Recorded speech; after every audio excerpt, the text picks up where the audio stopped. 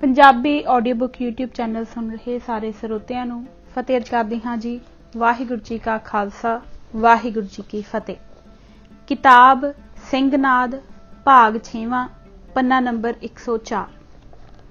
अकाली सियासत के मुढ़ले दुखांत का हल। 13 अक्तूबर 1973 ਨੂੰ श्री अकाल तख्त तो नैशनल प्रोफैसर ऑफ सिखिज्म की उपाधि ग्रहण करते वक्त सरदार कपूर सिंह ने अकाली ਸਿੰਘਾਂ प्रति यह वचन कहे हैं।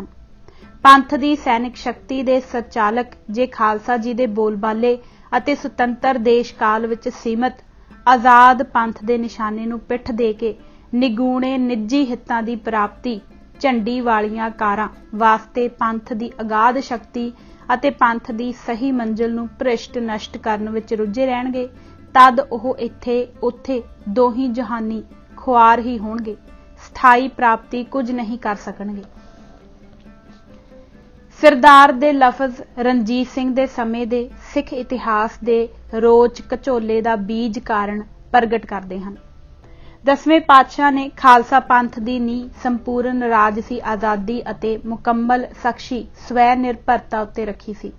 खालसा जमात एक ऐसा सियासी निजाम घड़न वास्ते साजी गई सी जो सब दा साझा होवे अते जिस विच हर मनुख अपने अकीदे अनुसार बेखौफ अपनी धार्मिक उन्नति कर सके अते इस जन समूह नूं किसी दूजे जन समूह दा जूड़ा ना चुकना पवे, पै कोए ना किसी रंझाव दा। लोक भाखा विच गुरु गोबिंद सिंह दी बख्शी शख्सी आज़ादी दा बोला हन्ने हन्ने मीरी प्रचलित है। भाई रतन सिंह भंगू इस पक्ष की व्याख्या करते फरमाउंदे हन, कान न किसहू की एह राखत, शहनशाह खुद ही को भाखत। उपरोक्त संकल्प सिੱਖੀ ते सियासत संबंधी मुढ़ले संकल्प तो घड़े गए हैं, जिस अनुसार परमात्मा ही सच्चा पातशाह है। कोऊ हर समान नहीं राजा, ए भूपत सब दिवस चार के झूठे करत दवाजा। इन्हां संकल्पां दी स्थानक भावना इहो है कि किसी भी निजाम विच रहिंदे हर जन समूह नूं सांझे कानूनां अनुसार मुकम्मल न्याय हासिल हो सके। केवल ओह राज बनतर सिੱਖੀ नियमां अनुसार समझी जा सकती है जिस अधीन फरियादी नूं यकीन होवे कि न्यायपालिका विच उसने किसी मनुख सामने लिलकड़ियां नहीं कढ़णियां, बल्कि परम पुरख दे सच्चे दरबार विच हाजिर होके हक मंगना है। तख्त बहे अदली प्रभ आपे भरम भेद भौ जाई है। साहिब नानक दे निरूपण कीते उपरोक्त राजसी सिद्धांतां ने निताणे दब्बे कुचले लोकां विच अथाह शक्ति भर दित्ती सी। इन्हां उत्ते चलदा खालसा 19वीं सदी दे आरंभ विच वड्डे वड्डे खब्बी खाना दे दंद खट्टे करके अजिही शक्ति बन चुकिया सी कि ओह सहजे ही सारे हिंदुस्तान अते उस तो बाद सारे एशिया उत्ते धर्म दा राज मूर्तिमान करन दे समर्थ सी। मुगल साम्राज दी हिक उत्ते निशान साहिब गड्डिया जा चुका सी अते अगला इतिहास दसदा है कि ओह अफगानिस्तान, तिब्बत, चीन, सिंध उत्ते भारू होण दे ऐन काबिल सी। पर वेखो रंग करतार दे कि जदों फसील नूं हथ पैण ही वाला सी उदों कमंद टुट गई।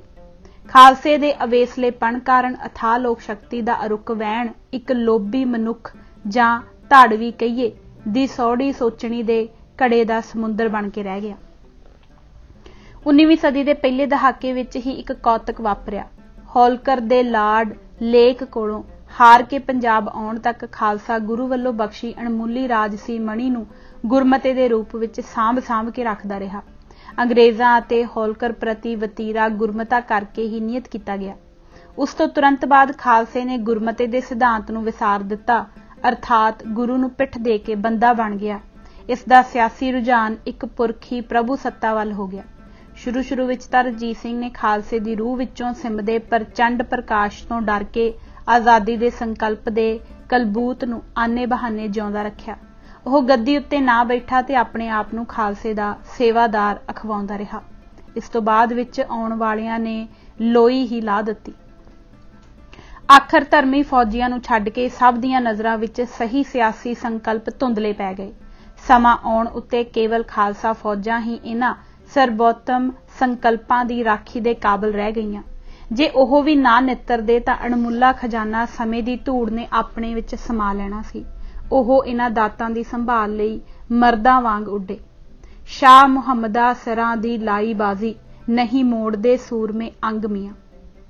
इन्हां ने गुरमते दी परंपरा नूं मुड़ सुरजीत कीता। सिੱਖੀ सिद्धांतां अनुसार 5 कौंसलियां चुन लईआं ਅਤੇ खालसा राज दे असली वारस होण दा दावा नगारे ते चोट ला के कर दिता।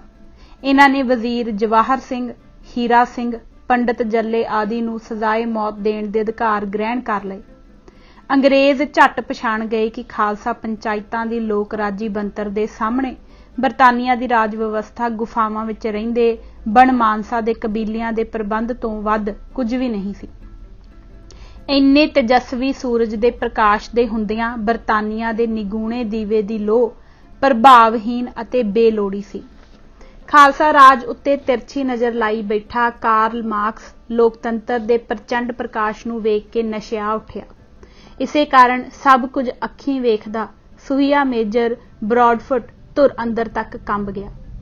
डलहौजी ने एलनब्रो नूं लिखिया, यह लोकराजी प्रचार खतरनाक है अते इसनूं पसरन की इजाजत देना मौत सहेड़ना है। अफसोस कि राज भाग उत्ते काबिल गद्दारां ने खालसा फौज की इक ना चलन दित्ती अते पंजाबणां नूं डूंगे लम्मे वैण पाउण वास्ते मजबूर होना पिया, जो अज भी दोहां पंजाबां विच जारी हन। रणजीत सिंह तो बाद मास्टर तारा सिंह ऐसा नेता होए जो सिੱਖੀ दीआं लोकराजी कदरां कीमतां तो मुकम्मल तौर ते जाणू सन। कौम दे नां अपने संदेश विच उन्हां लिखिया सी कि ओह प्राचीन पंथ प्रकाश दी कथा बचपन विच पिंड दे गुरुद्वारे तो सुण के सिੱਖੀ दे धार्मिक अते सियासी विचारां वल प्रेरे गए सन। इसे कारण यह पंजाब दे सांझे नेता बन के उभरे अते रणजीत सिंह वांग तकरीबन अद्धी सदी पंजाब दे सियासी जीवन उत्ते छाए रहे। शक नहीं कि इन्हां ने जाति गर्जां नूं लांभे रख के लोक हितां लई हां दा नारा मारिया, परंतु मगरों उन्हां भी लोकां तो फरेब नाल खोही उन्हां दी राजसी शक्ति लोकां नूं वापस मोड़न लई उक्का कोशिश नहीं कीती। अलबत्ता उन्हां भी वाहिद लीडर दे संकल्प नूं उभारिया ते अपने दल दी बाहरी दिख ऐसी रखी कि लोकां नूं जन समूह दे काबज होण दे भुलेखे पैंदे रहण। ਉਹ बकायदा जथेबंदक चोणां करवाउंदे रहे, सालाना सरब हिंद अकाली कानफ्रेंसां करके लोक राय नितारदे रहे अते हर वर्ग दे लोकां नूं नुमाइंदगी दिंदे रहे। उन्हां तो बाद तां आवा ही उत गया। अज हालत यह है कि चोण कमीशन कोल रजिस्टर कीते अकाली दलां विच हन। अकाली दल बाबा जोगिंदर सिंह, मान, बादल, लोंगोवाल, तारा सिंह, फेरूमान, तलवंडी भी किसी न किसी शक्ल विच कायम है, यानी कि एक पुरखी प्रभाव रहत श्रोमणी अकाली दल एक भी नहीं। सारे दलों का साझा बजर औगुण यह है कि सारियां दे सब अहुदेदार, वर्किंग कमेटियां दे मैंबर, जिला जथेदार सब दे सब अल्फ तो लैके ये तक एक वाढियों नामजद किए हुए हैं।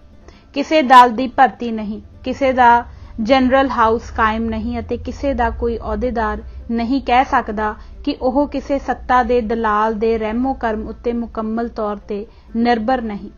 अंतम रूप विच किसी भी अकाली दल की कोई अहम नीति ऐसी नहीं जिसनों किसी एक शख्स तो सिवाए किसी दूसरे ने नियत किया होवे। लोक राज दे जिस सिद्धांत उत्ते खालसे दे सियासी मनसूबे अते महा सुखद सुपने कायम सन, उन्हां सब दी प्रमुख सियासी जथेबंदियां विच उक्का अणहोंद है। इस गिरावट की डूंघाई नूं घोखीए परखीए तां इस विच पंजाब दी मौजूदा त्रासदी दीआं जड़ां निश्चय ही लभ जाणगीआं। हवाई महल वांग बेबुनियाद लीडरशिप लोकां विच अपना विश्वास बना सकण तो बिल्कुल असमर्थ है, क्योंकि कौम की किस्मत के आखिरी फैसले चंद कु शख्सां ने करने हुंदे हन। इसलिए ना तां ओह लोक फैसले अखवा सकते हैं अते ना ही इस यकीन अधीन किए जा सकते हैं कि लोक गज वज के प्रवान कर लैणगे। इसे कारण हर नेता फैसले टालण अते पंजाब की त्रासदी नूं लमकाई रखण लई अपने आप नूं मजबूर समझदा है।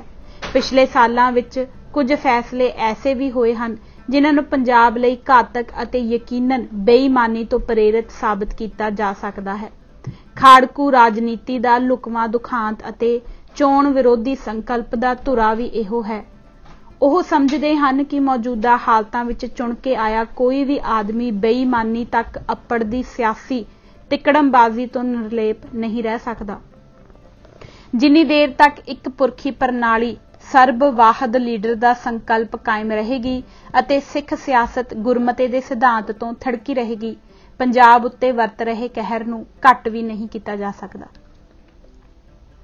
ਖੁਸ਼ਕਿਸਮਤੀ ਨਾਲ ਪੰਜਾਬ ਦੀ ਮਾਨਸਿਕਤਾ ਅੱਜ ਅਜਿਹੇ ਮੋੜ ਉੱਤੇ ਹੈ ਕਿ ਵਾਜਬ ਕੋਸ਼ਿਸ਼ ਨਾਲ ਗੱਡੀ ਲੀਹ ਉੱਤੇ ਲਿਆਈ ਜਾ ਸਕਦੀ ਹੈ। ਅਣਗਿਣਤ ਸ਼ਹੀਦੀਆਂ ਨੂੰ ਤਾਕਤ ਵਿੱਚ ਤਬਦੀਲ ਕਰਨ ਦੀ ਸਿਆਸੀ ਜ਼ਰੂਰਤ ਨੂੰ ਖਾੜਕੂ ਵੀ ਸ਼ਿੱਦਤ ਨਾਲ ਮਹਿਸੂਸ ਕਰਦੇ ਜਾਪਦੇ ਹਨ। ਕੋਈ ਸਿਆਸੀ ਨੇਤਾ ਨਹੀਂ ਜਿਸ ਉੱਤੇ ਲੋਕ ਸ਼ਕਤੀ ਨੂੰ ਨਾਜਾਇਜ਼ ਕਬਜ਼ੇ ਵਿੱਚ ਰੱਖਣ ਦਾ ਇਲਜ਼ਾਮ ਨਾ ਲੱਗਦਾ ਹੋਵੇ। ਇਸ ਤੋਂ ਵੱਧ ਕੇ ਕੋਈ ਐਸਾ ਨਹੀਂ ਜਿਸ ਨੇ ਲੋਕਾਂ ਤੋਂ ਰਾਜਸੀ ਸ਼ਕਤੀ ਪ੍ਰਾਪਤ ਕਰਕੇ ਉਹਨਾਂ ਦੀ ਹੋਣੀ ਨੂੰ ਕੋਈ ਸੁਖਾਵਾਂ ਮੋੜ ਦਿੱਤਾ ਹੋਵੇ। ਹਾਲ ਦੀ ਘੜੀ ਕੋਈ ਐਸਾ ਨਹੀਂ ਦੱਸਦਾ ਜੋ ਇਸ ਸੁਭਾਗ ਰਾਹ ਉੱਤੇ ਤੁਰਨ ਦਾ ਚਾਹਵਾਨ ਹੋਵੇ। ਕਈਆਂ ਨੂੰ ਜ਼ਿੰਮੇਵਾਰੀ ਦੀ ਘਾਟ ਨੂੰ ਘੇਰਿਆ ਹੋਇਆ ਹੈ ਅਤੇ ਕਈ ਦੂਜਿਆਂ ਨੂੰ ਹਉਮੈ ਦੇ ਉਭਾਰ ਨੇ। ਵਾਹ ਵਾਹ ਦੀ ਘੂਕਰ ਨੇ ਕਈਆਂ ਨੂੰ ਲੋਰੀ ਦੇ ਕੇ ਗਫਲਤ ਦੀ ਨੀਂਦ ਸੁਆਇਆ ਹੋਇਆ ਹੈ। ਲੋਕ ਮਨਾਂ ਤੇ ਮੋਮੋ ਠਗਣੇ ਲੀਡਰਾਂ ਦਾ ਮੁਲੰਮਾ ਲੈ ਚੁੱਕਾ ਹੈ। ਪੰਜਾਬ ਦਾ ਖੂਨ ਵਗ ਰਿਹਾ ਹੈ, ਮਾਵਾਂ ਦੀਆਂ ਗੋਦੀਆਂ ਸਖਣੀਆਂ ਹੋ ਰਹੀਆਂ ਹਨ, ਘਰ ਘਰ ਸੱਥਰ ਵਿਛ ਰਹੇ ਹਨ ਅਤੇ ਕਿਆਮਤ ਤੋਂ ਉਰੇ ਇਸ ਭਿਆਨਕ ਸਿਲਸਿਲੇ ਦਾ ਅੰਤ ਵੀ ਨਜ਼ਰ ਨਹੀਂ ਆਉਂਦਾ। ਪਰ ਇਮਾਨਦਾਰ ਅਤੇ ਸਮੇਂ ਦੇ ਹਾਣ ਦੇ ਆਗੂਆਂ ਲਈ ਇਹ ਮੌਕਾ ਢੁਕਵਾਂ ਵੀ ਹੈ।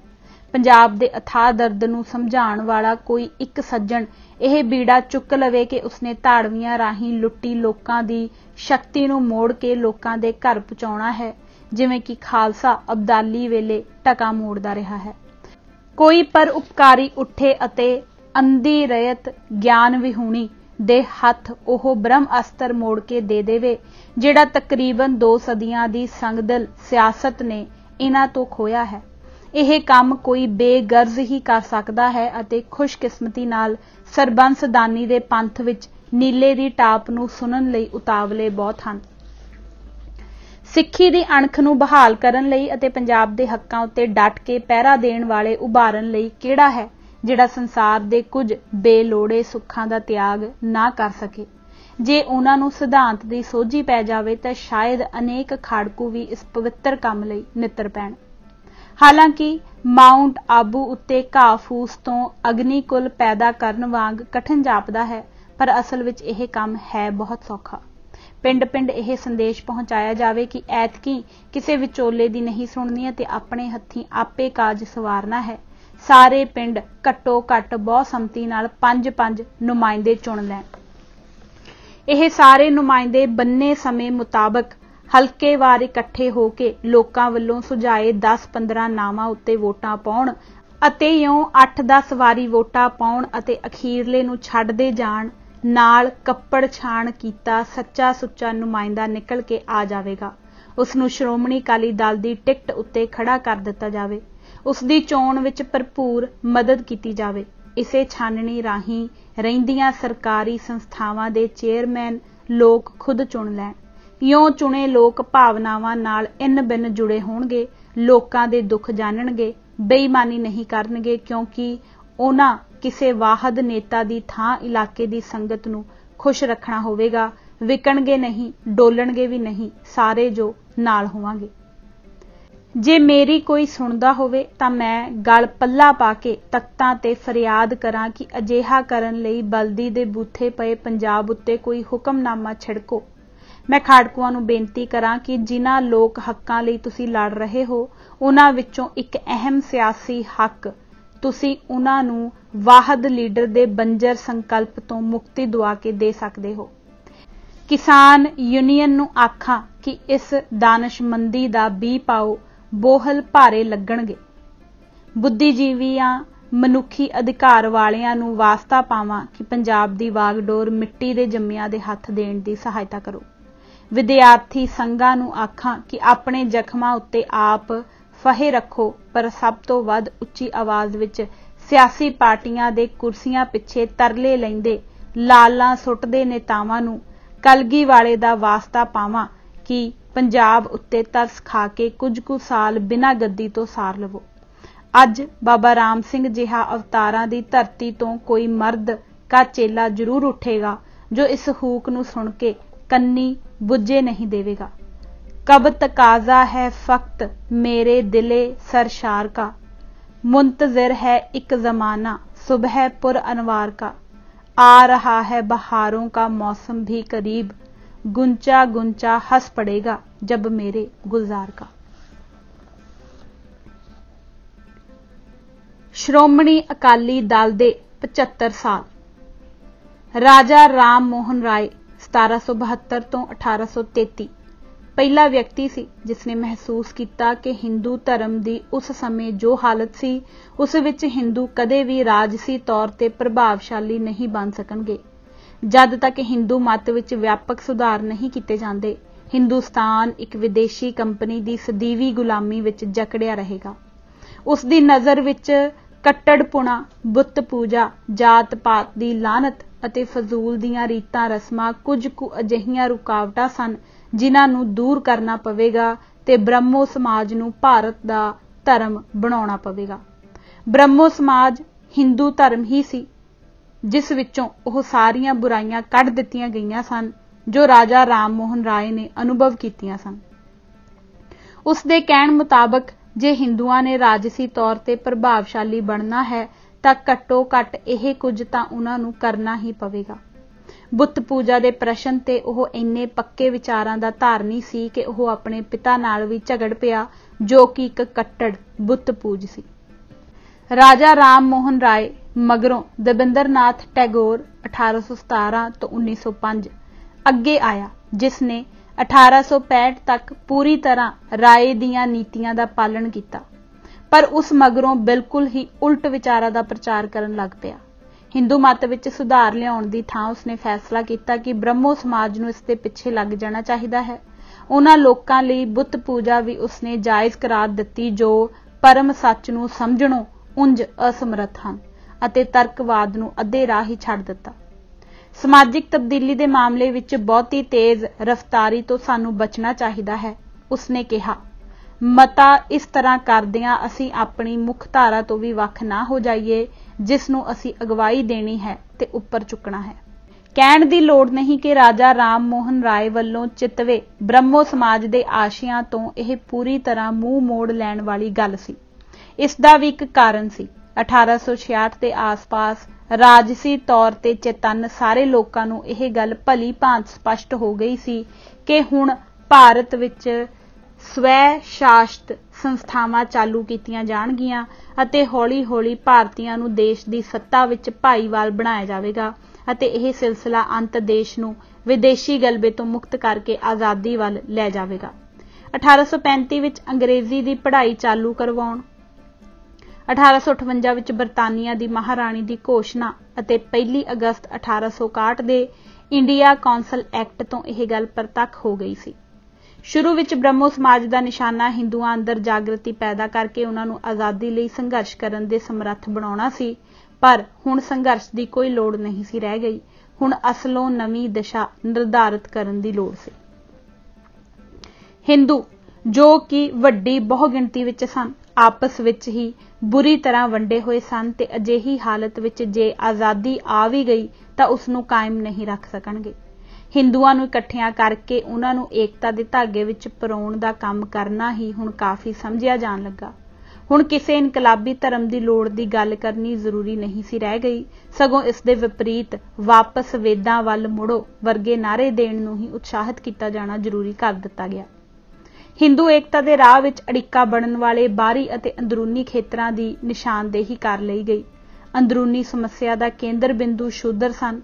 उन्हां नूं रोकना ते इस गल लई तैयार करना जरूरी सी कि वेला आउण ते ओह उच्च जातियां दे हत्थ सत्ता सौंपण दी हिमायत करन। यह कोई सौखा काम नहीं सी क्योंकि वह जात पात की मार खा खा के अक चुके सन अते गुरु ग्रंथ साहिब के रूप विच बदलवां फलसफा भी उन्हां दी पहुंच विच आ चुका सी जो उन्हां नूं मुकम्मल मुक्ति दिवाउण दी समर्था रखदा सी। उन्हां दी समस्या जटिल सी क्योंकि एक पासे उन्हां नूं जात पात ते ढांचे अंदर मिली हुई नीवीं थां ते कायम रखना सी ते दूजे पासे उन्हां नूं मुक्ति दिवाउण वाले फलसफिਆਂ ਵੱਲ ਝਾਕਣ ਤੋਂ रोकना सी। बारी खतरा मुख तौर ते मुसलमानां वल्लों सी। यह निर्णय लिया गया लगदा है कि इन्हां नूं घट्टो घट आज़ादी मिलन तक तां बर्दाश्त कर लिया जाए, मगरों इन्हां नूं शुद्धि राहीं वापस हिंदू कलावे विच लै लिया जावेगा ਜਾਂ ਵੱਖਰੇ ਪਾਕਿਸਤਾਨ ਵੱਲ ਧਕੇਲ ਦਿੱਤਾ ਜਾਵੇਗਾ। ਸਿੱਖਾਂ ਬਾਰੇ ਵੀ ਇਹ ਤਸ਼ਖੀਸ ਕੀਤੀ ਗਈ ਕਿ ਇਹ ਵੀ ਇੱਕ ਖਾਸ ਤਰ੍ਹਾਂ ਦੀ ਸਮੱਸਿਆ ਹਨ। ਉਂਝ ਇਹ ਕਹਿਣਾ ਮੁਸ਼ਕਿਲ ਸੀ ਕਿ ਉਹ ਹਿੰਦੂਆਂ ਦੀ ਅੰਦਰੂਨੀ ਸਮੱਸਿਆ ਸਨ ਜਾਂ ਬਾਹਰੀ। ਸਿੱਖ ਧਰਮ ਦੀ ਉਤਪਤੀ ਇਸ ਦੇਸ਼ ਵਿੱਚ ਹੋਈ ਸੀ ਅਤੇ ਸਿੱਖੀ ਵਿੱਚ ਉਹ ਸਭ ਕੁਝ ਸਮੋਇਆ ਹੋਇਆ ਸੀ ਜੋ ਦੇਸੀ ਧਾਰਮਿਕ ਸੋਚ ਵਿੱਚ ਸਭ ਤੋਂ ਉੱਤਮ ਸੀ। ਆਪਣੇ 400 ਸਾਲਾਂ ਦੀ ਹੋਂਦ ਵਿੱਚ ਉਹਨਾਂ ਨੇ ਸਦਾ ਹਿੰਦੂਆਂ ਦਾ ਸਾਥ ਦਿੱਤਾ ਸੀ। ਹਿੰਦੂਆਂ ਦੀ ਰਾਖੀ ਕਰਦਿਆਂ ਉਹਨਾਂ ਨੇ ਭਾਰੀ ਕੁਰਬਾਨੀਆਂ ਦਿੱਤੀਆਂ ਸਨ ਅਤੇ ਉਸ ਮੁਗਲ ਸਲਤਨਤ ਨੂੰ ਤਬਾਹ ਕਰ ਦਿੱਤਾ ਸੀ ਜੋ ਹਿੰਦੂਆਂ ਉੱਤੇ ਜ਼ੁਲਮ ਢਾਉਂਦੀ ਸੀ। ਸਿੱਖ ਰਾਜ ਦੀ ਕਾਇਮੀ ਵੇਲੇ ਉਹਨਾਂ ਨੇ ਹਿੰਦੂਆਂ ਨੂੰ ਰਾਜ ਵਿੱਚ ਬਰਾਬਰ ਦੀ ਭਾਈਵਾਲੀ ਦਿੱਤੀ ਸੀ, ਪਰ ਫਿਰ ਵੀ ਉਹ ਆਪਣੇ ਆਪ ਨੂੰ ਇੱਕ ਸੁਤੰਤਰ ਹੋਂਦ ਦੇ ਵਾਰਿਸ ਸਮਝਦੇ ਸਨ ਤੇ ਆਪਣਾ ਮੁੱਢ ਅਕਾਲ ਪੁਰਖ ਤੇ ਗੁਰੂ ਨੂੰ ਮੰਨਦੇ ਸਨ। ਜਾਤ ਪਾਤ ਦੀ ਜਲਨ ਤੋਂ ਆਜ਼ਾਦ ਖਾਲਸਾ ਪੰਥ ਆਜ਼ਾਦ ਹਸਤੀ ਵਾਲੇ, ਵੱਖਰੀ ਦਿੱਖ ਵਾਲੇ ਅਤੇ ਨਿਆਰੀ ਅਧਿਆਤਮਕ ਪਹੁੰਚ ਵਾਲੇ ਲੋਕਾਂ ਦਾ ਨਿਆਰਾ ਪੰਥ ਸੀ। ਵਿਚਾਰਧਾਰਕ ਤੌਰ ਤੇ ਉਹ ਵੇਦਾਂ ਤੇ ਜਾਤ ਪਾਤ ਦੇ ਫਲਸਫੇ ਨੂੰ ਰੱਦ ਕਰਦੇ ਸਨ। ਸਿੱਖਾਂ ਨਾਲ ਨਿਬੜਨ ਲਈ ਵਿੱਚ ਵਿਚਾਲੇ ਦਾ ਰਾਹ ਚੁਣਿਆ ਗਿਆ। ਉਹਨਾਂ ਨੂੰ ਖੁਸ਼ ਰੱਖਿਆ ਜਾਣਾ ਸੀ ਤੇ ਉਹਨਾਂ ਨਾਲ ਰਾਬਤਾ ਕਾਇਮ ਕਰਨਾ ਜ਼ਰੂਰੀ ਸੀ ਤਾਂ ਕਿ ਸਨਾਤਨ ਧਰਮ ਦੇ ਸਮਰਥਕਾਂ ਵੱਲੋਂ ਉਹਨਾਂ ਦੁਆਲੇ ਇਕਵੱਲੇ ਤੌਰ ਤੇ ਖਿੱਚੀ ਗਈ ਰਾਮਕਾਰ ਨੂੰ ਉਲੰਘ ਕੇ ਉਹ ਬਾਹਰ ਨਾ ਚਲੇ ਜਾਣ। ਉਹਨਾਂ ਬਾਰੇ ਵੀ ਅੰਤਮ ਨਿਸ਼ਾਨਾ ਇਹੀ ਮਿੱਥਿਆ ਗਿਆ ਕਿ ਉਹਨਾਂ ਨੂੰ ਵਾਪਸ ਹਿੰਦੂ ਮਤ ਦੇ ਘੇਰੇ ਵਿੱਚ ਲਿਆਉਣਾ ਹੈ, ਪਰ ਆਰਜ਼ੀ ਤੌਰ ਤੇ ਇਸ ਉੱਤੇ ਅਮਲ ਰੋਕ ਲਿਆ ਗਿਆ ਸੀ।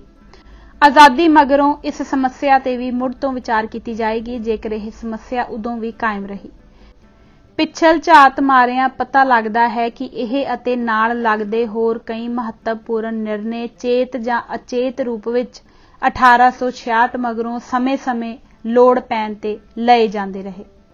ਉਪਰੋਕਤ ਨਿਸ਼ਾਨੇ ਦੀ ਪ੍ਰਾਪਤੀ ਲਈ ਪੰਜਾਬ ਵਿੱਚ 3 ਧਰਤੀ ਵਿਉਂਤ ਸਿਰਜੀ ਗਈ। ਸਿੱਖਾਂ ਨੂੰ ਹਿੰਦੂਆਂ ਦਾ ਭਾਗ ਜਾਂ ਆਰੀਆ ਸਮਾਜ ਵਰਗੀ ਇੱਕ ਸੰਪਰਦਾ ਮੰਨੇ ਜਾਣ ਦਾ ਫੈਸਲਾ ਕੀਤਾ ਗਿਆ ਤੇ ਉਹਨਾਂ ਨੂੰ ਆਜ਼ਾਦ ਵੱਖਰੀ ਰਾਜਸੀ ਪਹੁੰਚ ਅਪਣਾਉਣ ਤੋਂ ਰੋਕਿਆ ਜਾਣਾ ਪ੍ਰਵਾਨ ਹੋਇਆ। ਕਾਂਗਰਸ ਦੀ ਸਰਦਾਰੀ ਕਾਇਮ ਰੱਖਣ ਦਾ ਵੀ ਨਿਰਣਾ ਲਿਆ ਗਿਆ। ਇਸ ਹਮਲੇ ਨੇ ਸਿੱਖਾਂ ਨੂੰ ਸੁਚੇਤ ਕਰ ਦਿੱਤਾ ਤੇ ਆਪਣੀ ਵੱਖਰੀ ਆਜ਼ਾਦ ਹਸਤੀ ਕਾਇਮ ਕਰਨ ਲਈ ਉਹ ਸੋਚਣ ਲੱਗੇ। ਉਹਨਾਂ ਨੇ ਮਹਿਸੂਸ ਕੀਤਾ ਕਿ ਧਰਮ ਦੇ ਮੁੱਖ ਸੋਮੇ ਗੁਰਦੁਆਰਿਆਂ ਤੋਂ ਪਹਿਲ ਕਰਨੀ ਚਾਹੀਦੀ ਹੈ। ਗੁਰਦੁਆਰਿਆਂ ਦਾ ਪ੍ਰਬੰਧ ਉਸ ਵੇਲੇ ਜੱਦੀ ਪੁਸ਼ਤੀ ਤੌਰ ਤੇ ਚਲੇ ਆ ਰਹੇ ਮਹੰਤ ਕਰਦੇ ਸਨ, ਜਿਨ੍ਹਾਂ ਨੂੰ ਬਰਤਾਨਵੀ ਸਰਕਾਰ ਅਤੇ ਰਾਜ ਦੀ ਹਿੰਦ ਵਸੋਂ ਦੀ ਪੂਰੀ ਹਮਾਇਤ ਹਾਸਲ ਸੀ। ਦੋਹਾਂ ਦਾ ਵਿਚਾਰ ਸੀ ਕਿ ਸਿੱਖਾਂ ਨੂੰ ਵੱਖਰੀ ਆਜ਼ਾਦ ਹਸਤੀ ਦੀ ਗੱਲ ਕਰਨੋਂ ਅਤੇ ਇਸ ਦੇ ਹੱਕ ਵਿੱਚ ਵੱਖਰੇ ਰਾਜਸੀ ਅਮਲ ਸ਼ੁਰੂ ਕਰਨੋਂ ਰੋਕਣ ਲਈ ਗੁਰਦੁਆਰਿਆਂ ਦਾ ਪ੍ਰਬੰਧ ਮਹੰਤਾਂ ਦੇ ਹੱਥ ਵਿੱਚ ਰੱਖਣਾ ਬਹੁਤ ਜ਼ਰੂਰੀ ਸੀ। ਮਿਸਾਲ ਵਜੋਂ ਇਹ ਆਮ ਜਾਣੀ ਜਾਂਦੀ ਗੱਲ ਸੀ ਕਿ ਨਨਕਾਣਾ ਸਾਹਿਬ ਦੇ ਮਹੰਤ ਨੇ ਪਠਾਣਾਂ ਨੂੰ ਨੌਕਰੀ ਵਿੱਚ ਰੱਖਿਆ ਹੋਇਆ ਸੀ, ਜੋ ਮੱਥਾ ਟੇਕਣ ਆਏ ਅੰਮ੍ਰਿਤਧਾਰੀ ਸਿੱਖਾਂ ਨੂੰ ਫੜ ਕੇ ਕੁੱਟਦੇ ਸਨ ਤੇ ਉਹਨਾਂ ਦੀਆਂ ਕਿਰਪਾਨਾਂ ਖੋਹ ਲੈਂਦੇ ਸਨ। ਜਦੋਂ ਗੁਰਦੁਆਰਿਆਂ ਵਿੱਚ ਇਹੋ ਜਿਹਾ ਮਾਹੌਲ ਪਲਰ ਰਿਹਾ ਹੋਵੇ ਤਾਂ ਸਿੱਖਾਂ ਦੀ ਆਜ਼ਾਦ ਹਸਤੀ ਦੀ ਗੱਲ ਵੀ ਉੱਥੋਂ ਕਰਨ ਦੀ ਸੋਚਣਾ ਖਾਮ ਖਿਆਲੀ ਤੋਂ ਵੱਧ ਕੁਝ ਨਹੀਂ ਸੀ। ਇਹ ਇੱਕ ਕਾਰਨ ਸੀ ਜਿਸ ਕਰਕੇ ਮਹੰਤਾਂ ਨੂੰ ਗੁਰਦੁਆਰਿਆਂ ਵਿੱਚੋਂ ਬਾਹਰ ਕੱਢਣਾ ਜ਼ਰੂਰੀ ਸੀ। ਇਸ ਤਰ੍ਹਾਂ ਗੁਰਦੁਆਰਾ ਸੁਧਾਰ ਲਹਿਰ ਚਾਲੂ ਹੋ ਗਈ। ਮਹਾਤਮਾ ਗਾਂਧੀ ਨੇ ਪੰਜਾ ਸਾਹਿਬ ਦੇ ਗੁਰਦੁਆਰੇ ਨੂੰ ਪੰਥਕ ਕਬਜ਼ੇ ਵਿੱਚ ਲੈਣ ਲਈ ਜਾ ਰਹੇ ਜਥੇ ਦੇ ਆਗੂ ਕਰਤਾਰ ਸਿੰਘ ਝੱਬਰ ਨੂੰ ਪੰਜਾ ਸਾਹਿਬ ਜਾਣੋਂ ਰੋਕਣ ਦਾ ਯਤਨ ਕੀਤਾ। ਅਮਰ ਸਿੰਘ ਝਬਾਲ ਜਥੇ ਨੂੰ ਰਸਤੇ ਵਿੱਚ ਲਾਹੌਰ ਵਿਖੇ ਮਿਲਿਆ ਅਤੇ ਮਹਾਤਮਾ ਗਾਂਧੀ ਦਾ ਸੁਨੇਹਾ ਕਰਤਾਰ ਸਿੰਘ ਝੱਬਰ ਨੂੰ ਦਿੱਤਾ। ਉਸਨੇ ਜੋ ਜਵਾਬ ਦਿੱਤਾ ਉਹ ਨਾਹਰ ਸਿੰਘ ਨੇ ਇਸ ਤਰ੍ਹਾਂ ਕਲਮਬੰਦ ਕੀਤਾ ਹੈ।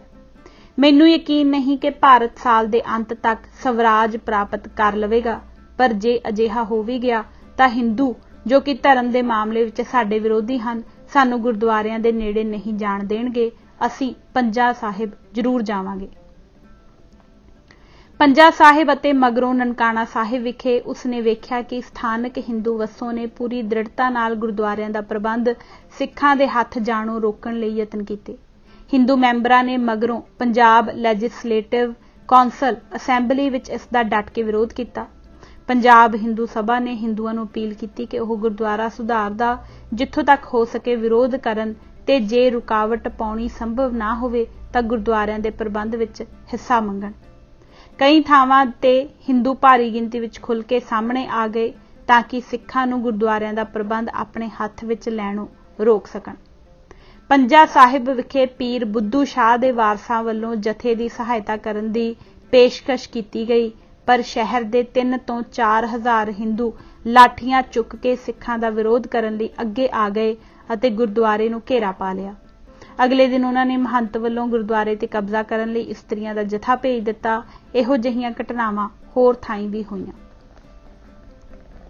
ਚੱਬਰ ਅਤੇ ਦੂਜੇ ਸਿੱਖ ਆਗੂਆਂ ਨੂੰ ਪਤਾ ਸੀ ਕਿ ਗੁਰਦੁਆਰਾ ਪ੍ਰਬੰਧ ਤੇ ਕਬਜ਼ਾ ਹੋਣ ਨਾਲ ਹੀ ਸਿੱਖਾਂ ਦੀ ਆਜ਼ਾਦ ਹਸਤੀ ਦੀ ਗੱਲ ਸ਼ੁਰੂ ਹੋਵੇਗੀ। ਇਸ ਲਈ ਇਹ ਸਿੱਖਾਂ ਲਈ ਜੀਵਨ ਅਤੇ ਮੌਤ ਵਰਗੀ ਗੱਲ ਬਣ ਗਈ। ਉਹ ਇਸ ਨਤੀਜੇ ਤੇ ਪੁੱਜੇ ਕਿ ਗੁਰਦੁਆਰਿਆਂ ਦੀ ਆਜ਼ਾਦੀ ਲਈ ਲੜਨ ਵਾਲੇ ਸ਼ਾਂਤਮਈ ਵਲੰਟੀਅਰਾਂ ਦੀ ਮੁਨਾਸਬ ਸੁਰੱਖਿਆ ਲਈ ਇੱਕ ਸਵੈ ਸੇਵੀ ਜਥੇਬੰਦੀ ਹੋਣੀ ਚਾਹੀਦੀ ਹੈ। ਪੰਜਾ ਸਾਹਿਬ ਤੋਂ ਹੀ ਚੱਬਰ ਨੇ ਸ਼੍ਰੀ ਅਕਾਲ ਤਖਤ ਨੂੰ ਭੇਜੀ ਜਾਂਦੀ ਆਪਣੀ ਰੋਜ਼ਾਨਾ ਰਿਪੋਰਟ ਵਿੱਚ ਲਿਖਿਆ ਕਿ 200 ਵਲੰਟੀਅਰਾਂ ਦੀ ਇੱਕ ਫੋਰਸ ਤਿਆਰ ਕੀਤੀ ਜਾਵੇ। ਉਸ ਸਮੇਂ ਲਾਹੌਰ ਤੋਂ ਪ੍ਰਕਾਸ਼ਿਤ ਹੁੰਦੇ ਅਕਾਲੀ ਅਖਬਾਰ ਵਿੱਚ ਵੀ ਇਹ ਤਜਵੀਜ਼ ਪ੍ਰਕਾਸ਼ਿਤ ਕੀਤੀ ਗਈ। ਇਸ ਤਰ੍ਹਾਂ ਉਸ ਵਿਚਾਰ ਦਾ ਇਹ ਛੋਟਾ ਜਿਹਾ ਮੁੱਢ ਬੱਝਾ ਜੋ ਮਗਰੋਂ ਜਾ ਕੇ ਅੱਜ ਵਾਲੇ ਸ਼੍ਰੋਮਣੀ ਅਕਾਲੀ ਦਲ ਦੇ ਰੂਪ ਵਿੱਚ ਸਾਕਾਰ ਹੋਇਆ। ਪੰਜਾ ਸਾਹਿਬ ਤੋਂ ਵਾਪਸ ਪਰਤਣ ਤੇ ਚੱਬਰ ਨੇ ਇਲਾਕੇ ਦੇ ਲੋਕਾਂ ਦੀ ਇਕੱਤਰਤਾ 24 ਦਸੰਬਰ 1920 ਨੂੰ ਗੁਰਦੁਆਰਾ ਮਹਾਰਾਣੀ ਨਕੈਣ ਸ਼ੇਖੂਪੁਰਾ ਵਿੱਚ ਬੁਲਾਈ। ਇੱਥੇ ਹੀ ਉਸਨੇ ਸਥਾਨਕ ਅਕਾਲੀ ਜਥਾ ਕਾਇਮ ਕੀਤਾ। ਸਰਬਸੰਮਤੀ ਨਾਲ ਇਸ ਦਾ ਨਾਂ ਅਕਾਲੀ ਜਥਾ ਖਰਾ ਸੌਦਾ ਬਾਰ ਰੱਖਿਆ ਗਿਆ। 24 ਜਨਵਰੀ 1921 ਨੂੰ ਸ਼੍ਰੀ ਅਕਾਲ ਤਖਤ ਸਾਹਿਬ ਵਿਖੇ ਸ਼੍ਰੋਮਣੀ ਗੁਰਦੁਆਰਾ ਪ੍ਰਬੰਧਕ ਕਮੇਟੀ ਦੀ ਇੱਕ ਮੀਟਿੰਗ ਹੋਈ, ਜਿਸ ਵਿੱਚ ਗੁਰਦੁਆਰਾ ਸੱਚਾ ਸੌਦਾ ਦਾ ਕਬਜ਼ਾ ਲੈਣ ਉਪਰੰਤ ਦੀ ਹਾਲਤ ਬਾਰੇ ਵਿਚਾਰ ਕੀਤੀ ਗਈ। ਇੱਥੇ ਹੀ ਆਸਾ ਦੀ ਵਾਰ ਦੇ ਉਚਾਰਨ ਉਪਰੰਤ ਚੱਬਰ ਨੇ ਵਲੰਟੀਅਰਾਂ ਦੀ ਜਥੇਬੰਦੀ ਅਕਾਲੀ ਦਲ ਕਾਇਮ ਕਰਨ ਦਾ ਸੁਝਾਅ ਰੱਖਿਆ। ਉਸਨੇ ਇਹ ਵੀ ਸੁਝਾਅ ਦਿੱਤਾ ਕਿ ਇਸ ਦਾ ਮੁੱਖ ਦਫ਼ਤਰ ਅੰਮ੍ਰਿਤਸਰ ਵਿੱਚ ਰੱਖਿਆ ਜਾਵੇ। ਇਹ ਤਜਵੀਜ਼ਾਂ ਪੂਰੇ ਉਤਸ਼ਾਹ ਨਾਲ ਹਾਜ਼ਰ ਸੰਗਤ ਨੇ ਪ੍ਰਵਾਨ ਕੀਤੀਆਂ। ਇਹ ਸੀ ਸ਼੍ਰੋਮਣੀ ਅਕਾਲੀ ਦਲ ਦੀ ਸ਼ੁਰੂਆਤ, ਉਹ ਮਹਾਨ ਜਥੇਬੰਦੀ ਜੋ 1966 ਤੱਕ ਬੜੀਆਂ ਕਾਰਜਸ਼ੀਲ ਅਤੇ ਲੋਕਾਂ ਦਾ ਦਰਦ ਵੰਡਾਉਣ ਵਾਲੀਆਂ ਜਥੇਬੰਦੀਆਂ ਵਿੱਚੋਂ ਇੱਕ ਸੀ ਅਤੇ ਜਿਸ ਦੀ ਅਗਵਾਈ ਬਹੁਤ ਹੀ ਆਪਾਵਾਰੂ ਕਿਸਮ ਦੇ ਲੀਡਰਾਂ ਨੇ ਕੀਤੀ ਅਤੇ ਜਿਹੜੇ ਕਿ ਸਾਰੇ ਦੇਸ਼ ਵਿੱਚੋਂ ਆਪਣੇ ਮਹਾਨ ਗੁਣਾਂ ਕਰਕੇ ਵੱਖਰੀ ਪਹਿਚਾਣ ਦੇ ਮਾਲਕ ਸਨ। ਸਰਮੁਖ ਸਿੰਘ ਝਬਾਲ ਅਕਾਲੀ ਦਲ ਦਾ ਪਹਿਲਾ ਪ੍ਰਧਾਨ ਚੁਣਿਆ ਗਿਆ। ਅੰਮ੍ਰਿਤਸਰ ਦੇ ਪਿੰਡ ਧੀਰਕੇ ਦਾ ਇੱਕ ਵਿਅਕਤੀ ਭਾਈ ਅਰਜਨ ਸਿੰਘ ਅਕਾਲ ਤਖਤ ਉੱਪਰ ਜੁੜੀ ਸੰਗਤ ਵਿੱਚ ਹਾਜ਼ਰ ਸੀ। ਉਸ ਦੇ ਵਿਚਾਰ ਵਿੱਚ ਜਥੇਬੰਦੀ ਦਾ ਨਾਂ ਗੁਰਦੁਆਰਾ ਸੇਵਕ ਜਥਾ ਰੱਖਿਆ ਜਾਣਾ ਚਾਹੀਦਾ ਸੀ। ਮਾਮੂਲੀ ਬਹਿਸ ਮਗਰੋਂ ਝਬਾਲ ਨੇ ਇਹ ਕਹਿ ਕੇ ਗੱਲ ਮੁਕਾਈ ਕਿ ਸੇਵਕ ਸ਼ਬਦ ਦਾ ਮਨੋਵਿਗਿਆਨਕ ਪ੍ਰਭਾਵ ਢਹਿੰਦੀ ਕਲਾ ਵਾਲਾ ਹੈ ਅਤੇ ਅਕਾਲੀ ਸ਼ਬਦ ਇੱਕ ਵਿਅਕਤੀ ਨੂੰ ਚੜ੍ਹਦੀ ਕਲਾ ਵੱਲ ਲਿਜਾ ਕੇ ਮੌਤ ਤੋਂ ਬੇਪਰਵਾਹ ਤੇ ਆਪਾ ਨਿਛਾਵਰ ਕਰਨ ਦੀ ਭਾਵਨਾ ਨਾਲ ਮਨੁੱਖਤਾ ਦੀ ਸੇਵਾ ਕਰਨ ਲਈ ਉਤਸ਼ਾਹਿਤ ਕਰਦਾ ਹੈ। ਦੂਜੇ, ਉਸਨੇ ਦੱਸਿਆ ਕਿ ਅਕਾਲੀ ਦਾ ਅਰਥ ਹੈ ਕਾਲ ਰਹਿਤ, ਪਰਮਾਤਮਾ ਵਿੱਚ ਵਿਸ਼ਵਾਸ ਰੱਖਣ ਵਾਲਾ, ਅਤੇ ਇਸੇ ਲਈ ਅਕਾਲੀ ਫੂਲਾ ਸਿੰਘ ਨੇ ਆਪਣੀ ਰੈਜੀਮੈਂਟ ਦਾ ਨਾਂ ਅਕਾਲ ਰੈਜੀਮੈਂਟ ਰੱਖਿਆ ਸੀ। ਰਣਜੀਤ ਸਿੰਘ ਦੀਆਂ ਲੜਾਈਆਂ ਵਿੱਚ ਔਖੇ ਮੋਰਚਿਆਂ ਤੇ ਲੜਨ ਲਈ ਅਕਾਲੀ ਫੂਲਾ ਸਿੰਘ ਦੇ ਬਿਨਾਂ ਤਨਖਾਹ ਦੇ ਕੰਮ ਕਰਨ ਵਾਲੇ ਹਠੀਲੇ ਜਵਾਨ ਅਗਲੇ ਮੋਰਚਿਆਂ ਤੇ ਭੇਜ ਦਿੱਤੇ ਜਾਂਦੇ ਸਨ। ਝਬਾਲ ਦਾ ਕਹਿਣਾ ਸੀ ਕਿ ਪੰਥ ਨੂੰ ਅਜਿਹੀ ਜਥੇਬੰਦੀ ਦੀ ਹੀ ਲੋੜ ਹੈ ਜਿਸ ਵਿੱਚ ਸ਼ਾਮਲ ਹੋਣ ਵਾਲੇ ਪੰਥ ਲਈ ਲਗਾਤਾਰ ਕੁਰਬਾਨੀਆਂ ਕਰਦੇ ਰਹਿਣ ਉਪਰੰਤ ਵੀ ਬਦਲੇ ਵਿੱਚ ਆਪਣੇ ਲਈ ਕੁਝ ਨਾ ਮੰਗਣ। ਇਸ ਦੇ ਮੋਢੀ ਦੇ ਦਿਲ ਵਿੱਚ ਇਹ ਸੀ ਅਕਸ ਜੋ ਅਕਾਲੀ ਦਲ ਬਾਰੇ ਉਸਨੇ ਬਣਾਇਆ ਹੋਇਆ ਸੀ। ਇਸ ਵਿੱਚ ਉਹ ਲੋਕ ਸ਼ਾਮਲ ਹੁੰਦੇ ਸਨ ਜਿਨ੍ਹਾਂ ਨੂੰ ਰਣ ਤੱਤੇ ਵਿੱਚ ਕੁਰਬਾਨੀ ਕਰਦਿਆਂ ਵੇਖ ਕੇ ਪਾਦਰੀ C.F. ਐਂਡਰਿਊਜ਼ ਨੇ ਲਿਖਿਆ, ਜ਼ੁਲਮ ਨੂੰ ਪਿੰਡੇ ਤੇ ਝੱਲ ਕੇ ਇੱਕ ਨਵੀਂ ਤਰ੍ਹਾਂ ਦਾ ਨਾਇਕ ਇਸ ਧਰਤੀ ਤੇ ਪੈਦਾ ਹੋਇਆ ਸੀ। ਸੰਸਾਰ ਨੂੰ ਆਤਮਕ ਬਲ ਨਾਲ ਲੜਾਈ ਲੜਨ ਦਾ ਇੱਕ ਨਵਾਂ ਸਬਕ ਸਿਖਾ ਦਿੱਤਾ ਗਿਆ ਹੈ ਕਿ ਅੱਜ ਦੇ ਅਕਾਲੀ ਉਸ ਜਥੇਦਾਰ ਦੇ ਉੱਚ ਵਿਚਾਰਾਂ ਵਾਲੀ ਸੋਚ ਦੇ ਨੇੜੇ ਤੇੜੇ ਵੀ ਢੁਕਦੇ ਹਨ ਜਿਸ ਦੀ ਸੋਚ ਦੇ ਨਾਲ ਹੀ ਇਸ ਮਹਾਨ ਜਥੇਬੰਦੀ ਦਾ ਜਨਮ ਹੋਇਆ। ਸ਼੍ਰੋਮਣੀ ਅਕਾਲੀ ਦਲ ਗੁਰਦੁਆਰਿਆਂ, ਰਹਿਤ ਮਰਿਆਦਾ ਤੇ ਵੱਖਰੀ ਆਜ਼ਾਦ ਸਿੱਖ ਹਸਤੀ ਦੀ ਰਾਖੀ ਕਰਨ ਲਈ ਕਾਇਮ ਕੀਤਾ ਗਿਆ ਸੀ। ਜਦ ਇਸਨੇ ਬਕਾਇਦਾ ਤੌਰ ਤੇ ਇੱਕ ਰਾਜਸੀ ਪਾਰਟੀ ਵਜੋਂ ਕੰਮ ਕਰਨਾ ਸ਼ੁਰੂ ਕੀਤਾ ਤਾਂ ਇਸਨੇ ਪੰਜਾਬ ਦੇ ਸਮਾਜਿਕ, ਰਾਜਸੀ ਤੇ ਆਰਥਿਕ ਹਿੱਤਾਂ ਦੀ ਰਾਖੀ ਕਰਨ ਦਾ ਜ਼ਿੰਮਾ ਵੀ ਲਿਆ। ਇਸ ਦੇ ਨਾਲ ਹੀ ਇਸਨੇ ਖਾਲਸਾ ਪੰਥ ਵੱਲੋਂ ਕੀਤੇ ਜਾਣ ਵਾਲੇ ਸਾਰੇ ਕੰਮਾਂ ਨੂੰ ਆਪਣੇ ਹੱਥ ਵਿੱਚ ਲਿਆ। ਇਸ ਤਰ੍ਹਾਂ ਇਹ ਸਿੱਖਾਂ ਦੀ ਵਾਹਦ ਰਾਜਸੀ ਪਾਰਟੀ ਬਣ ਗਈ ਅਤੇ ਇੱਕ ਜਥੇਬੰਦੀ ਦਾ ਰੂਪ ਧਾਰ ਗਈ ਜਿਸ ਦਾ ਮਨੋਰਥ ਧਰਤੀ ਤੋਂ ਜਿੰਨਾ ਹੋ ਸਕੇ अन्याय खत्म करना बन गया। जात पात का खात्मा ਅਤੇ अनपढ़ता दूर करना भी इस दे निशाने बन गए। 1966 तक यह पार्टी अपनी होंद के मनोरथां अनुसार चलती रही। अज इस दे प्रभाव नूं चौखा धक्का लग चुका है, क्योंकि यह आपसी विरोध के ग्रसे कई धड़ियां विच वंडी हुई है ते हर धड़े अंदर होर कई धड़े हैं। यह सारे धड़े केवल यह दावा कर सकते हैं कि उन्हां दे आपे बने प्रधान हैं जिन्हां नूं किसी ने नहीं चुनिया। यह हालत एक दी नहीं, सारियां धड़ियां दी ही है। अकाली दल दा कोई संविधान मौजूद नहीं ते ना ही इसकी कोई जायज़ भर्ती है। किसी भी अकाली धड़े ने फैसले लैण दा कोई स्पष्ट ते लोकराजी ढंग नहीं अपनाया होया। उन्हां दियां डंग टपाऊ नीतियां मुढ़ले आदर्शां तो किनाराकशी ਅਤੇ मुकाबलेबाजी वाले मूँह ਜ਼ਬਾਨੀ ਦਾ ਖੜਕੂਵਾਦ पंजाब ਅਤੇ पंथ ਲਈ ਸਰਾਪ बन के रह गए हैं। ਇਹ ਸਾਰੇ ਹੀ मनोनीत वर्किंग कमेटियां राही काम चलाउंदे हन ते कोई भी गुट इस स्थिति विच नहीं कि दलील ਅਤੇ लोकराजी तरीकों अनुसार काम कर सके। किसी भी धड़े नूं पता नहीं कि मुश्किल वेले की किया जाए। अजिही हालत विच ओह केवल एक गल ही सोच सकते हैं ते ओह है अपने आप का नुकसान करना, जो उन्हां नूं मनफी सोच वल ही धकेल सकता है, जिवें चोणां दा बाईकाट करना आदि। हालात इत्थों तक खराब हो गए हैं कि अकाल तख्त भी इन्हां नूं एके दे धागे विच परो के मजबूत जथेबंदी का रूप देण विच फेल होया है। सारे ही धड़ियां दी एक खास विलक्षणता जो पिछले एकता यत्नां तों पहिलां वेखण विच आई, ओह यह सी कि भावें उन्हां कोल होर काफ़ी सारे अहुदेदार सन, पर किसी एक कोल भी खजानची नहीं सी जो रकम प्राप्त करके उसका हिसाब रख सके। इसलिए कोई हैरानी की गल नहीं जे अकाली दल ने आज़ाद सिख हस्ती कायम रखण, गुरधामां दी सुतंत्रता बनाई रखण, उन्हां अंदर दी पवित्रता का ख्याल रखण ਅਤੇ सिख विचारधारा की विलक्षणता बरकरार रखण का अपना मुढ़ला उद्देश गवा लिया है। ਅਤੇ हुण पिछे जहे तां धरती हिला देण वालियां कुर्बानियां भी जां तां अकाली वर्करां ने कीतियां हन जां गैर अकाली सिख लीडरां ने कीतियां हन। अजिहे अकाली लीडर ज़्यादा नहीं जो अकाली दल कायम किए जाने वाले दिन अकाल तख्त वल्लों उन्हां लई तय कीते कुर्बानियां दे मार्ग ते चल सकन। पंजाब दे हितां दी रखिया करन दियां अकाली रवायतां बीते दी गल बन गईयां हन। पंजाब दे दरियावां दा पानी दूजे राज्यां विच जा रहा है, जद कि अकाली अजिहे बयान देण लगे होए हन कि पंजाब दा एक बूंद पानी भी गैर रायपेरियन राज्यां नूं नहीं जाण दिता जाएगा। करोड़ां अरबां बूंदा पानी दियां उन्हां राज्यां नूं जा रहीआं हन ते इन्ने ही बयान अकालियां दे होठां चों निकल के धरती ते गिर रहे हैं। यह अकाली लीडरां दी कमजोरी सी, जिस कारण अकाली दल 1980 विच सत्ता तो बाहर रहा ते अजे तक भी रह रहा है, भावें विच विचाले थोड़े समय लई अकाली सरकारां बनदियां रहीआं हन। सत्ता उत्ते काबज होण दी असमर्था नूं अकाली कुर्बानी कहण लग पए हन। अकाली वर्कर जो पार्टी दे हुकम ते सूबे लई ते इस दे लोकां लई वड्डी तो वड्डी कुर्बानी देंदे हन, उन्हां नूं इस तरह अपने राजसी समाजिक अते आर्थिक विचारां नूं राजसी सत्ता दी मदद नाल अमल विच लिआणों रोकिया जांदा है। अकाली राजनीति दा इक्को पक्ष जिस उत्ते समय दा कोई असर नहीं हुंदा, ओह है अकाली लीडरां दी कुर्सी नाल पकड़ अते ढीठताई। साडे कोल अजे भी ओह लीडर हैं जो 1970 के नेड़े तेड़े अगे आए, जबकि सारी दुनिया की उस दौर की लीडरशिप इतिहास के कूड़ेदान विच जा पई है ते उन्हां दे नां जानन लई भी इतिहास दीयां किताबां फोलणियां पैंदियां हन। इस तरह पिछलियां 2 पीढ़ियां दे ताज़ा विचारां तो अकाली दल नूं वांझा रखिया गया है। पिछली 1/4 सदी विच संसार वल्लों कीती तरक्की नूं वेखदिआं लगदा है कि सिख जनता नूं पत्थर युग दे नेता अगवाई दे रहे हैं। इस तरह की हालत विच अकाली दल निकट भविख विच चोणां दे मैदान विच कुद्दण वाला है।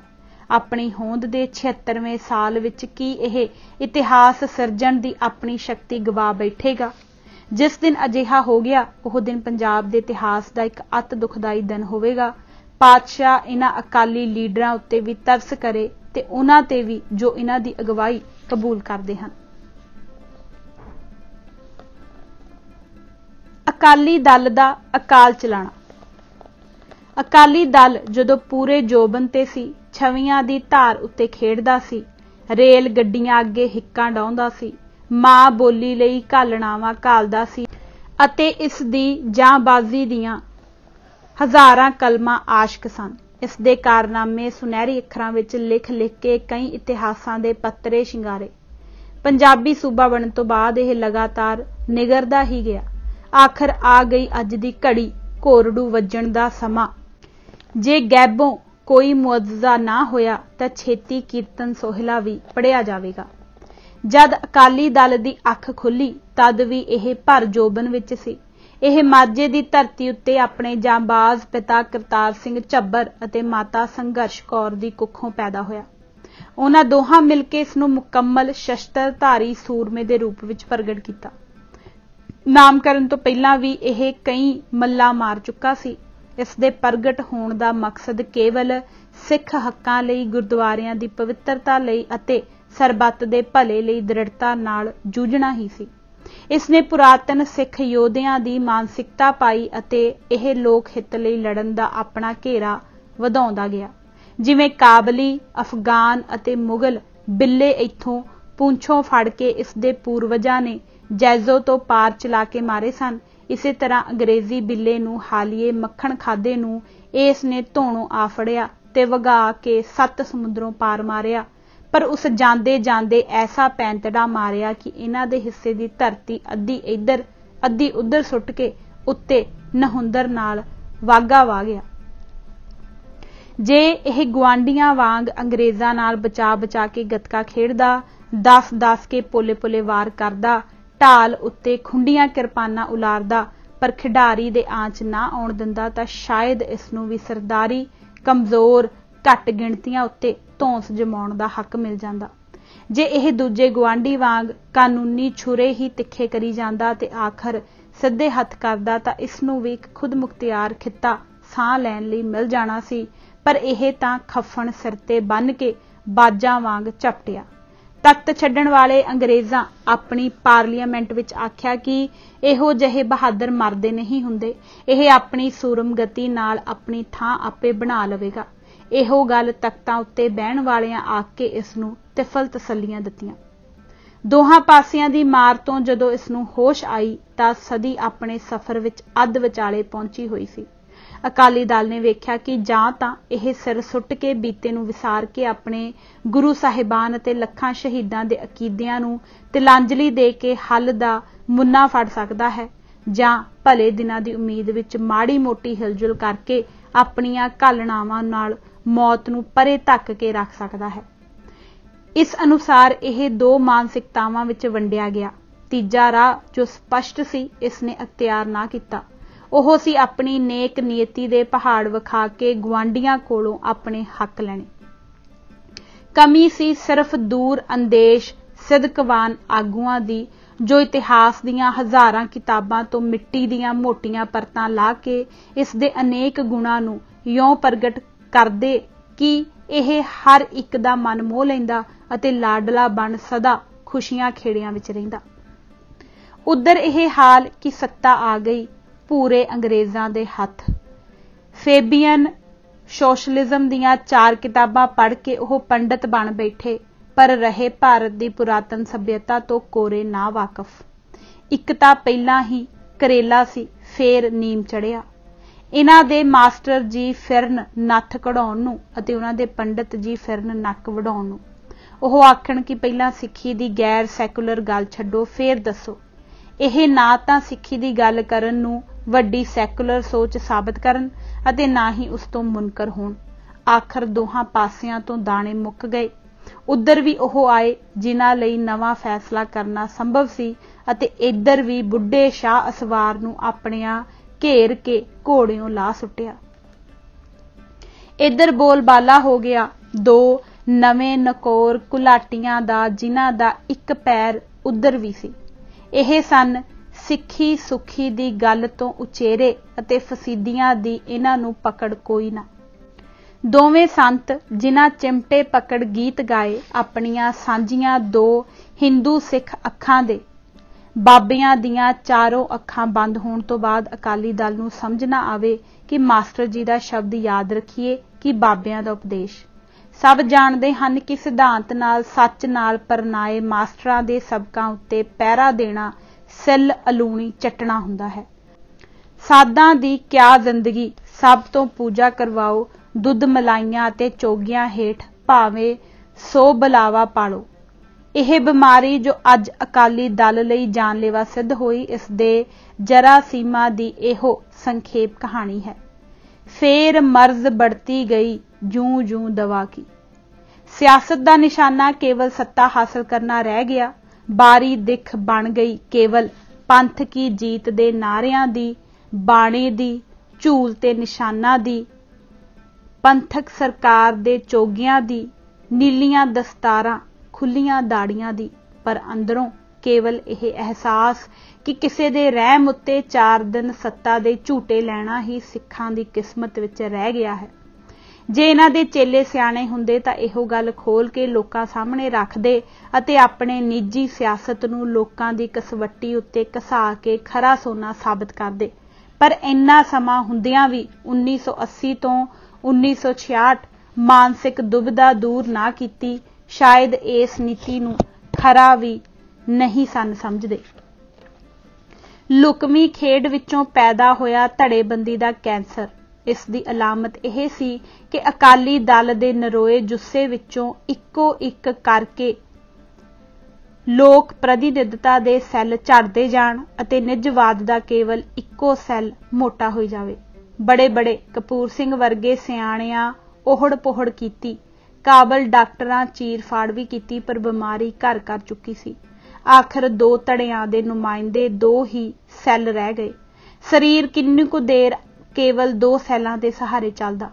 हुण यह भाणा वरतन उत्ते आ गया। एक सैल दूजे नूं खाण लई झईयां लै रहा है। हुण सिख संगतां ते पंजाब नूं तसल्ली करनी चाहिदी है कि 2 भीम कायां सैल तां कायम रहणगे, नवें सूरज भी उगणगे, मस्त हवावां भी चलणगियां। कदे नहीं दसेगा तां अकाली दल चलदा फिरदा नहीं दसेगा। वेखो शायद कोई इस दी लावारस लाश दा वारस बन जावे, नहीं तां इस नूं सिविया विच जाके मरना पवेगा, जां किसे खाकी वर्दी जां घट्टो घट खाकी निक्कर वाले नूं इस दी लाश उत्ते मोम जां डीजल सुट के इत्थे ही लांबू लाउणा पवेगा। जो भी होवे आपां तां केवल इस दी आत्मा दी शांति लई अरदास ही कर सकदे हां। जदों कदे घूक सुती सिख कौम ने अख पट्टी तां उसनूं 2 अखर अफसोस दे भी आख देवांगे। जे कोई वारस हुंदा तां इस नूं पग भी बना दिंदे। आओ सुहिरद सज्जणों, जय कर कीरत आखीए।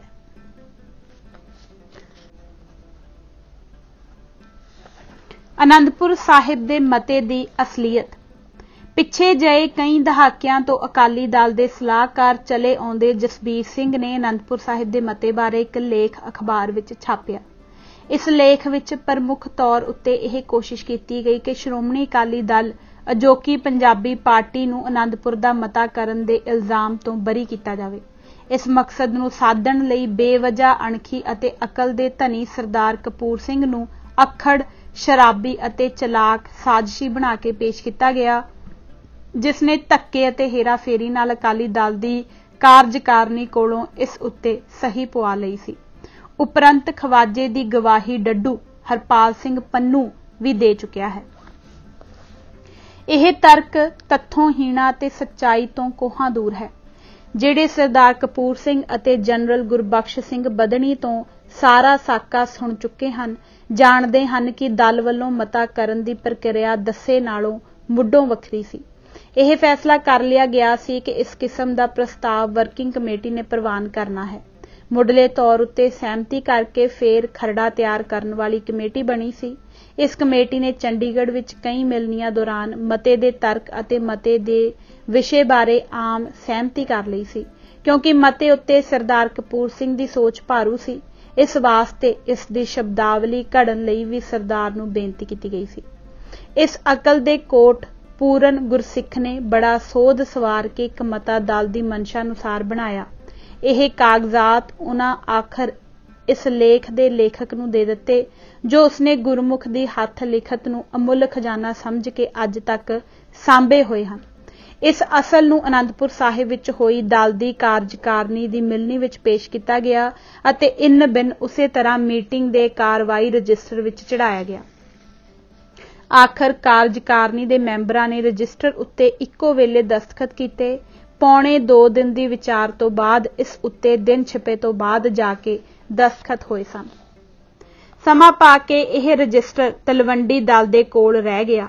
इस नूं तुहाडे लेखक ने 2-3 वार तलवंडी दल दे सकत्तर डॉक्टर भगत सिंह कोल वेख्या सी।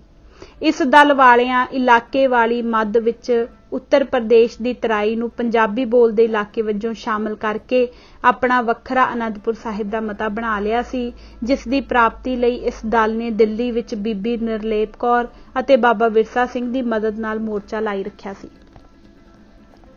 मते दा मूल तर्क यह है कि सिख 1699 विच खालसा साजन दे समय तो ही संपूर्ण प्रभु सत्ता धारन दे अधिकारी हन। इन्हां 18वीं सदी विच शाही हासिल कीती अते इन्हां दे इस रुतबे नूं यूरोप अते एशिया दीआं वड्डियां ताकतां फ्रांस, चीन आदि ने प्रवान किया। संसार प्रवाणित सियासी रीत अनुसार सिख अज भी पूर्ण शाही हंडाउण दे मुकम्मल अधिकारी हन। इन्हां नूं झांसा दे के वड्डा दगा करके अथाह सभ्याचारक बहुगिणती शाही मानण दे जन्म सिद्ध अधिकार तो वांझा कर चुकी है। हुण इस बहुगिणती दी सिख धर्म नूं खोरा ला के सिखां नूं हिंदूत्व दे गहरे सागर विच समा लैण दी बदनीति जाहिर हो चुकी है अते सिख इस दा भरपूर विरोध करदे होए जिउणा चाहुंदे हन। इसलिए हिंदुस्तान विच इन्हां ने शाही मानण दे हक्कां नूं मानता दे के पंजाबी बोलदे इलाके पंजाब विच शामिल करके इस सूबे नूं जगत दी लोक राजी रीत अनुसार अपना संविधान आप घड़न दा मुढ़ला हक कानूनी तौर ते तस्लीम किया जावे। क्योंकि सिख भारत की एकता अखंडता नूं बरकरार रखना चाहुंदे हन, इसलिए सुरक्षा, आवाजाई, बहरूनी मुआमले अते करंसी दे महकमे केंद्र सरकार कोल रहण दिते जाण नूं प्रवान करदे हन। बाकी सारे अधिकार जो पंजाब कोलों धोखे नाल, धक्के नाल, बदनीयत अधीन खोए गए हन, सूबे नूं वापस किते जाण। साहिब 10वें पातशाह नीले दे शाह सवार दे ओट आसरे सिख यह उपरोक्त हक प्राप्त करन लई यतनशील अते नेमबद्ध हन। यह मता हो गया खास करके इसलिए कि सरदार दे उत्तम तर्क दी कोई बाद दलील काट संभव नहीं सी। संगत दी कचहरी विच इस तो घट कुछ भी प्रवान नहीं सी, परंतु अकाली दल विच असल सत्ताधारी परदे दे पिछों तारां हिलाउण वाले, खंजर मार के धाहां मारन वालियां विच शामिल होण वाले नहीं सन चाहुंदे कि असल सिख विचारधारा इन्ने बलवान तर्क दे मोढी चढ़ के जनता दी कचहरी विच गूंजे। अज भी आनंदपुर साहिब दे मते नूं नकारण इस नूं उजड़ अखड़ दिमागां दी काढ़ नशर करन वाले अते उन्हां दे बुरकाधारी मालक नहीं चाहुंदे कि इस मते नाल उन्हां दा कोई संबंध प्रगट होवे। इस कारण तर्कहीन, तथहीन, तालों खुथे अते सालां बेहे लेख दुबारे छपवाए जा रहे हैं। ਗਿਆਨੀ जोगिंदर सिंह जथेदार अकाल तख्त साहिब दे संविधानक सोधक कमेटी अगे सिख पक्ष पेश करन दे हुक्म ने भी सप दे मूँह विच कोड़ किरली दे दिती है। ਗਿਆਨੀ जी समेत सारे सिखां ने अजे तक असल हालत की मोगा कानफ्रेंस दे समय तो बादल दल टोड़ा समेत सिੱਖੀ ਸਰੂਪ ਅਤੇ ਸਿਆਸੀ ਵਿਚਾਰਧਾਰਾ ਨੂੰ ਮੁਕੰਮਲ ਤਲਾਂਜਲੀ ਦੇ ਚੁੱਕੇ ਹਨ, ਸਦਾ ਲਈ ਤਿਆਗ ਚੁੱਕੇ ਹਨ ਨੂੰ ਸਮਝਣਾ ਹੈ। ਹੁਣ ਇਹ ਬੇਦਾਵੀਏ ਕਦੇ ਵੀ ਸਿਆਸੀ ਤੌਰ ਤੇ ਗੁਰੂ ਵੱਲ ਮੂੰਹ ਨਹੀਂ ਕਰਨਗੇ, ਨਾ ਕਿਤੇ ਸਿੱਖ ਪੱਖ ਪੇਸ਼ ਕਰਨਗੇ। ਸਾਰੇ ਅਕਾਲੀ ਧੜੇ ਹੁਣ ਆਪਣੇ ਆਪ ਨੂੰ ਸਿੱਖ ਸਿਆਸੀ ਵਿਚਾਰਧਾਰਾ ਤੋਂ ਬਹੁਤ ਦੂਰ ਹੋ ਗਏ ਪ੍ਰਗਟ ਕਰਨ ਲਈ ਉਤਾਵਲੇ ਹਨ।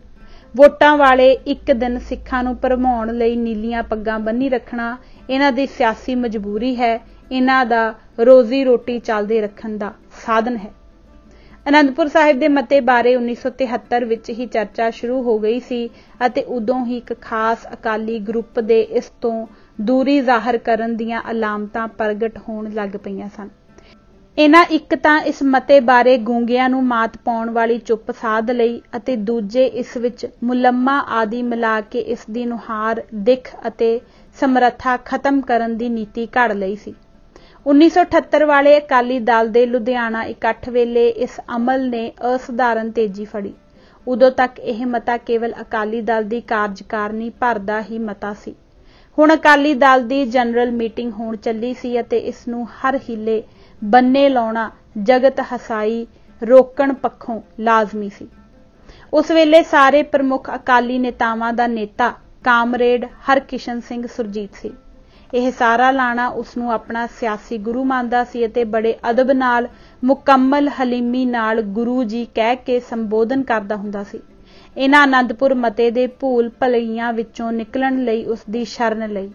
ਉਸਨੇ ਇਹਨਾਂ ਨੂੰ ਇਸ ਮਤੇ ਉੱਤੇ ਆਧਾਰਿਤ ਪਾਲਿਸੀ ਪ੍ਰੋਗਰਾਮ ਉਲੀਕ ਕੇ ਇਸ ਨੂੰ ਬੇਪਛਾਣ ਕਰਨ ਦੀ ਸਲਾਹ ਦਿੱਤੀ, ਕਿਉਂਕਿ ਜੇ ਇਹ ਮਤੇ ਨੂੰ ਉੱਕਾ ਹੀ ਵਿਸਾਰ ਦਿੰਦੇ ਤਾਂ ਸਿੱਖ ਸੰਗਤਾਂ ਨੇ ਇਹਨਾਂ ਨੂੰ ਬੇਦਾਵੀਏ ਆਖਣ ਲੱਗ ਪੈਣਾ ਸੀ। ਮਤਾ ਲਿਖਣ ਵਾਲਾ ਸਰਦਾਰ ਅਜੇ 9/9 ਸੀ ਅਤੇ ਉਸਦੇ ਇੱਕ ਪ੍ਰਵਚਨ ਨੂੰ ਸਿੱਖ ਕੌਮ ਇਲਾਹੀ ਫੁਰਮਾਨ ਸਮਝ ਕੇ ਕਬੂਲ ਕਰਦੀ ਸੀ। ਇਸ ਕਾਰਨ ਮੂਲ ਮਤੇ ਦੇ ਪ੍ਰਚੰਡ ਤੇਜ ਨੂੰ ਢੇਲਾ ਕਰਨ ਲਈ ਇਹਨਾਂ ਆਨੰਦਪੁਰ ਸਾਹਿਬ ਦੇ ਮਤੇ ਅਨੁਸਾਰ ਸ਼੍ਰੋਮਣੀ ਅਕਾਲੀ ਦਲ ਦੇ ਪਾਲਿਸੀ ਪ੍ਰੋਗਰਾਮ ਦਾ ਖਰੜਾ ਤਿਆਰ ਕੀਤਾ। ਇਸ ਵਿੱਚ ਆਰਥਿਕ, ਸਮਾਜਿਕ, ਮਜ਼ਦੂਰ ਮਸਲਿਆਂ ਨੂੰ ਰਲਗੱਡ ਕਰਕੇ ਸਰਦਾਰ ਦੀ ਸਿੱਖਾਂ ਪ੍ਰਤੀ ਸਪਸ਼ਟ ਸੋਚ ਨੂੰ ਗੰਧਲਾ ਕੀਤਾ ਗਿਆ ਤਾਂ ਕਿ ਸਿੱਖ ਸਿੰਘਨਾਦ ਲੋਕਾਂ ਵਿੱਚ ਅਸਰਹੀਣ ਹੋ ਕੇ ਰਹਿ ਜਾਵੇ। ਇਸ ਮਕਸਦ ਨੂੰ ਸਿਰੇ ਚਾੜਨ ਲਈ ਬਲਵੰਤ ਸਿੰਘ ਵਿੱਤ ਮੰਤਰੀ ਰਾਹੀਂ ਡਾਕਟਰ ਅਤਰ ਸਿੰਘ ਨੂੰ ਪ੍ਰੇਰਿਆ ਗਿਆ, ਜੋ ਖੱਬੇ ਪੱਖੀ ਸਿੱਖ ਚਿੰਤਕ ਪ੍ਰਵਾਨ ਸੀ। ਮੁੱਢਲੀ ਸੋਧ ਕਮੇਟੀ ਦੀ ਇੱਕ ਮੀਟਿੰਗ ਵਿੱਚ ਤੁਹਾਡੇ ਅੱਜ ਦੇ ਲੇਖਕ ਨੂੰ ਵੀ ਬੁਲਾਇਆ ਗਿਆ। ਬਲਵੰਤ ਸਿੰਘ ਨੇ ਆਖਿਆ ਕਿ ਅਸੀਂ ਕੇਵਲ ਪੰਜਾਬ ਲਈ ਵਿਸ਼ੇਸ਼ ਅਧਿਕਾਰ ਮੰਗੀਏ ਚੰਗਾ ਨਹੀਂ ਲੱਗਦਾ। ਸਿੱਖ ਤਾਂ ਸਰਬੱਤ ਦਾ ਭਲਾ ਚਾਹੁੰਦੇ ਹਨ, ਇਸ ਲਈ ਸਾਨੂੰ ਬਾਕੀ ਸਾਰੇ ਸੂਬਿਆਂ ਲਈ ਵੱਧ ਅਧਿਕਾਰਾਂ ਦੀ ਮੰਗ ਕਰਨੀ ਬਣਦੀ ਹੈ। ਇਸ ਦਾ ਸਪਸ਼ਟ ਉੱਤਰ ਇਹੋ ਸੀ ਕਿ ਤੁਸੀਂ ਪੰਜਾਬ ਦੇ ਨੁਮਾਇੰਦੇ ਹੋ, ਨਾ ਕਿ ਸਾਰੇ ਬਾਕੀ ਸੂਬਿਆਂ ਦੇ। ਦੂਸਰਾ ਜਵਾਬ ਸੀ ਕਿ ਤੁਸੀਂ ਸਿੱਖ ਸਿਆਸੀ ਜਮਾਤ ਦੇ ਹੋ ਅਤੇ ਸਿੱਖ ਲੋਕਾਂ ਦਾ ਇਤਿਹਾਸ ਦੇ ਪੱਖੋਂ ਬੜਾ ਮਜ਼ਬੂਤ ਕੇਸ ਹੈ, ਜਿਸ ਨੂੰ ਅਸਲ ਮਤੇ ਵਿੱਚ ਮੁਕੰਮਲ ਯੋਗਤਾ ਨਾਲ ਉਭਾਰਿਆ ਗਿਆ ਹੈ। ਇਹ ਵੀ ਕਹਿਣਾ ਬਣਦਾ ਹੈ ਕਿ ਜੇ ਦੂਜੇ ਸੂਬੇ ਆਖਣ ਕਿ ਅਸੀਂ ਤੁਹਾਨੂੰ ਆਪਣੇ ਅਧਿਕਾਰ ਪ੍ਰਾਪਤ ਕਰਨ ਲਈ ਸਯੋਗ ਵਕੀਲ ਨਹੀਂ ਸਮਝਦੇ, ਤਾਂ ਤੁਸੀਂ ਕੀ ਉੱਤਰ ਦਿਓਗੇ? ਇੰਨੀਆਂ ਗੱਲਾਂ ਇੰਨੇ ਸਪਸ਼ਟ ਲਹਿਜੇ ਵਿੱਚ ਕੌਮ ਵੇਚਣ ਦੇ ਰਾਹ ਤੁਰੇ ਹਾਕਮ ਲੋਕ ਕਦੋਂ ਸੁਣਦੇ ਹਨ? ਅੱਜ ਦੇ ਲੇਖਕ ਨੂੰ ਇਸ ਤੋਂ ਬਾਅਦ ਹੋਈ ਕਿਸੇ ਮਿਲਣੀ ਵਿੱਚ ਸ਼ਾਮਲ ਨਾ ਕੀਤਾ ਗਿਆ। ਇਸ ਪ੍ਰਕਿਰਿਆ ਵਿੱਚੋਂ ਹੋ ਕੇ ਨਿਕਲੇ ਪਾਲਿਸੀ ਪ੍ਰੋਗਰਾਮ ਦੇ ਖਰੜੇ ਨੇ ਅਸਲ ਮਤੇ ਨੂੰ ਬਿਲਕੁਲ ਬੇਪਛਾਣ ਕਰ ਦਿੱਤਾ। ਮਜ਼ਦੂਰਾਂ ਨੂੰ ਪੂਰੀ ਮਜ਼ਦੂਰੀ ਮਿਲੇ, ਕਿਸਾਨਾਂ ਨੂੰ ਫਸਲਾਂ ਦੇ ਚੰਗੇ ਭਾਅ ਮਿਲਣ, ਆੜਤੀਆਂ ਦੀ ਆਮਦਨ ਦੁੱਗਣੀ ਹੋਵੇ ਆਦਿ ਮਦਾਂ ਵਿੱਚ ਟੋਟੇ ਕਰਕੇ ਦਫਨ ਕਰ ਦਿੱਤਾ ਗਿਆ। ਅਸਲ ਇੱਕ ਸਫ਼ੇ ਦਾ ਮਤਾ ਇਸ ਵਿੱਚ ਮਿਲਦਾ ਹੈ, ਪਰੰਤੂ ਕਈ ਪੰਨਿਆਂ ਤੋਂ ਚੁੱਕ ਕੇ ਪਿੰਜਰ ਬਣਾਉਣ ਲਈ ਅਸਥਾਈਆਂ ਨੂੰ ਥਾਂ ਸਿਰ ਜੋੜਨਾ ਪੈਂਦਾ ਹੈ। ਖਾਲਸਾ ਜੀ ਕੇ ਬੋਲਬਾਲੇ ਵਾਲਾ ਵਾਕ ਇਸ ਵਿੱਚ ਸਿੱਖਾਂ ਨੂੰ ਖੁਸ਼ ਕਰਨ ਲਈ ਜੋੜ ਦਿੱਤਾ ਗਿਆ। ਇਸ ਨੂੰ ਆਧਾਰ ਬਣਾ ਕੇ ਜੋ ਨਫ਼ਰਤ ਦੀ ਹਨੇਰੀ ਸਿੱਖਾਂ ਵਿਰੁੱਧ ਉਠਾਈ ਗਈ, ਉਸ ਤੋਂ ਸਾਰਾ ਸੰਸਾਰ ਅੱਜ ਵਾਕਿਫ ਹੈ। ਇਸ ਮਿਲ ਗੋਬੇ ਖਰੜੇ ਨੂੰ ਸ਼੍ਰੋਮਣੀ ਅਕਾਲੀ ਦਲ ਦਾ ਅਸਲ ਆਨੰਦਪੁਰ ਸਾਹਿਬ ਦਾ ਮਤਾ ਪ੍ਰਚਾਰਿਆ ਗਿਆ। ਸੰਤ ਹਰਚੰਦ ਸਿੰਘ ਲੌਂਗੋਵਾਲ ਨੇ ਵੀ ਇਸ ਦੀ ਨਕਲ ਉੱਤੇ ਦਸਖਤ ਕਰਕੇ ਅਸਲ ਬਣਾ ਕੇ ਇੰਦਰ ਕੁਮਾਰ ਗੁਜਰਾਲ ਵਗੈਰਾ ਨੂੰ ਮੋਰਚੇ ਦੌਰਾਨ ਦਿੱਤਾ। ਅੱਜ ਵੀ ਅਸਲ ਸਿੱਖ ਸਿਆਸੀ ਸਿਧਾਂਤ ਨੂੰ ਨਜ਼ਰਾਂ ਤੋਂ ਓਹਲੇ ਕਰੀ ਰੱਖਣ ਲਈ ਇਸ ਨੂੰ ਵਰਤਿਆ ਜਾ ਰਿਹਾ ਹੈ ਅਤੇ ਸਰਦਾਰ ਉੱਤੇ ਕਈ ਪੱਖਾਂ ਤੋਂ ਤਾਬੜ-ਤੋੜ ਹਮਲੇ ਕੀਤੇ ਜਾ ਰਹੇ ਹਨ। 1983 ਵਿੱਚ ਸੁਰਜੀਤ ਸਿੰਘ ਬਰਨਾਲਾ ਨੇ ਬਲਵੰਤ ਸਿੰਘ ਅਤਰ ਸਿੰਘ ਵਾਲੀ ਕਾਰਵਾਈ ਦੀ ਅਸਲ ਮਿਸਲ ਤੁਹਾਡੇ ਇਸ ਲੇਖਕ ਨੂੰ ਦਿੱਤੀ ਤਾਂ ਉਸਨੇ ਵੇਖਿਆ ਕਿ ਟਾਈਪ ਕੀਤੇ ਮਤੇ ਵਿੱਚ ਪੰਜਾਬ ਦੇ ਵਿਸ਼ੇਸ਼ ਅਧਿਕਾਰਾਂ ਦੀ ਹੀ ਗੱਲ ਸੀ। ਲਫ਼ਜ਼ ਪੰਜਾਬ ਤੋਂ ਬਾਅਦ ਇਸ਼ਾਰਾ ਦੇ ਕੇ ਅਤੇ ਹੋਰ ਸੂਬਿਆਂ ਨੂੰ ਲਫ਼ਜ਼ ਬਲਵੰਤ ਸਿੰਘ ਨੇ ਖੁਦ ਆਪਣੀ ਕਲਮ ਨਾਲ ਦਰਜ ਕੀਤੇ ਸਨ। ਇਵੇਂ ਹੀ ਛਪੇ ਖਰੜੇ ਵਿੱਚ ਛਾਪੇ ਹੋਏ ਹਨ। ਅਸਲ ਸਿਆਸੀ ਸਿੱਖ ਸੋਚ ਅੱਜ ਵੀ ਲਾਵਾਰਸ ਹੈ ਅਤੇ ਦਲਾਂ ਦੀ ਚੋਖੀ ਦਲਦਲ ਦੇ ਬਾਵਜੂਦ ਲਾਵਾਰਸ ਹੈ। ਕੋਈ ਇਸ ਦੇ ਕਿਸੇ ਪੱਖ ਨੂੰ ਨੁਮਾਇਸ਼ ਕਰਕੇ ਆਪਣਾ ਹਲਵਾ ਮੰਡਾ ਕਾਇਮ ਕਰ ਰਿਹਾ ਹੈ ਅਤੇ ਕੋਈ ਇਸ ਉੱਤੇ ਮਿੱਟੀ ਪਾ ਕੇ ਸਰਕਾਰੀ ਦਰਬਾਰੇ ਕਾਰਗੁਜ਼ਾਰੀ ਵਿਖਾ ਰਿਹਾ ਹੈ। ਵਾਰੇ-ਵਾਰੇ ਜਾਈਏ ਸਿੱਖ ਕੌਮ ਦੇ ਜੋ ਸਭ ਕਾਸੇ ਤੋਂ ਬੇਖਬਰ ਸਰਾਣੇ ਬਾਂਹ ਦੇ ਕੇ ਸੌਂ ਰਹੀ ਹੈ। ਸੱਚ ਦਾ ਘੱਗਰਾ ਪਾ ਕੇ ਝੂਠ ਨਹੀਂ ਨੱਚੇਗਾ ਤਾਂ ਹੋਰ ਕੀ ਹੋਏਗਾ। ਕੂੜ ਫਿਰੈ ਪ੍ਰਧਾਨ ਵੇ ਲਾਲੋ, ਪ੍ਰਸਿੱਧ ਮਹਾਵਾਕ ਹੈ। ਇਸ ਦੇ ਨਾਲ ਹੀ ਅੱਜ ਅਸੀਂ ਇਹ ਭਾਗ ਪੰਨਾ ਨੰਬਰ 122 ਤੱਕ ਹੀ ਪੜਾਂਗੇ। ਇਜਾਜ਼ਤ ਦਿਓ। ਵਾਹਿਗੁਰੂ ਜੀ ਕਾ ਖਾਲਸਾ, ਵਾਹਿਗੁਰੂ ਜੀ ਕੀ ਫਤਿਹ।